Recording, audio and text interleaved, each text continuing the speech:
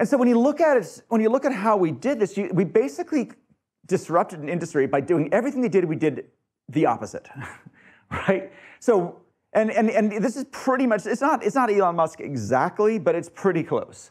So rather than high price, we're like, how about zero? Or as close to zero as we can get. Rather than the aerospace industry, which has an impeccable record of safety. It has never been safer to fly in a jetliner today. We're like, how about if we crash all the time in the beginning? Because we're learning. But don't worry, no one's on board, so nobody gets hurt. And so it's like, so the aerospace industry is like, the notion of nines, 5 nines, 6 nines of reliability.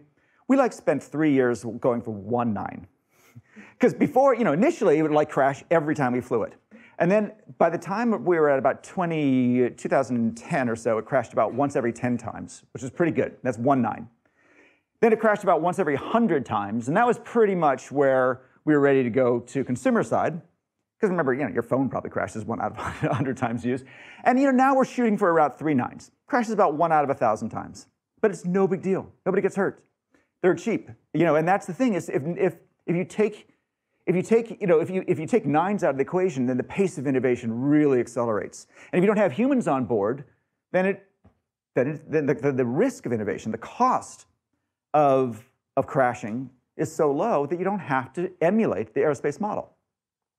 The aerospace industry is highly regulated. It's export control, it's FAA, it's FCC, it's Department of Transportation, the works. And we're like, let's not do that. Let's not replicate the aerospace model. Let's find ways where we can find sandboxes where we can innovate that have no regulations. And so we found under 400 feet, within visual line of sight, no flight over people, no flight at night. Suddenly it's deregulated. You don't have to get these permissions.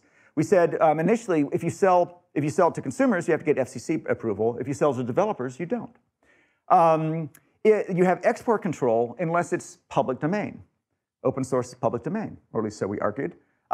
Exempted from export control. And everyone's like, what? But these rules were written in the 70s. It never occurred to them that cruise missile controllers were going to be created by 9-year-olds on dining room tables with Lego.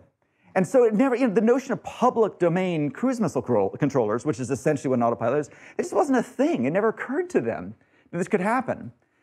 And yet it did. So we just found ways where the regulations were low. The pace of innovation as a result was high, and the numbers of customers was super high.